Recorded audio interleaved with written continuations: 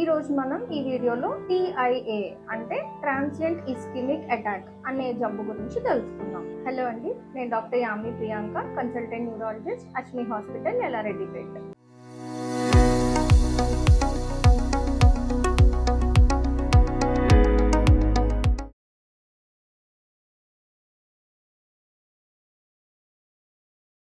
మనందరికీ పక్షవాతం అంటే ఏంటో తెలుసు. పక్షవాతంలో బాడీలో ఒక కాలు చేయి అవ్వచ్చు, ఏదో ఒక side of the body involve అవడం, మూతి వంకర వెళ్ళడం, ఇటువంటి పక్షవాతం గురించి మనందరికీ తెలుసు. బట్ TIA లో ఏమవుతుందంటే పక్షవాతం సిమ్టమ్సే ఉంటాయి, బట్ అంత కంటిన్యూస్ గా ఉండవు. ఒక 5 నిమిషాలు, 10 నిమిషాలు, అరగంటలోనూ ఆ సిమ్టమ్స్ వస్తాయి. కంప్లీట్ గా పేషెంట్ రికవర్ అయిపోవచ్చు, ఆల్మోస్ట్ 100%. అప్పుడు పేషెంట్ కి ఏమనిపిస్తుంది అంటే తనకి ఏం ప్రాబ్లం లేదు, హాస్పిటల్కి వెళ్ళాల్సిన అవసరం లేదు అని కూడా అనిపించవచ్చు. కొంతమంది పేషెంట్స్ మన దగ్గరికి వస్తూ ఉంటారు కూడా. బట్ ఇలాంటి పేషెంట్స్ కి వైద్యం అవసరమా, మనం అడ్మిట్ చేయాల్సిన అవసరం ఉందా లేదా, మళ్ళీ ఎప్పుడైనా ఫ్యూచర్ లో స్ట్రోక్ వచ్చే రిస్క్ ఉందా అంటే ఖచ్చితంగా వాటికి మనం ఒక స్కోరింగ్ అనేది మనం చూసుకోవాలి. పేషెంట్ వైద్యులు సంప్రదిస్తే దానికి మనం గైడ్ చేయడం జరుగుతుంది. అంటే పేషెంట్ కి ఆ సిమ్టమ్స్ వచ్చి ఎంతసేపు ఉన్నాయి, ఎంత సివియర్ గా సిమ్టమ్స్ వచ్చాయి, అంటే జస్ట్ ఒక కాళ్ళు చేయి వీక్నెస్ వచ్చిందా, జస్ట్ మూతి వంకర వెళ్ళిందా, మాట తడబడ్డారా, ఇలా సిమ్టమ్ సివియరిటీ ఎంత ఉంది, సిమ్టమ్ వస్తే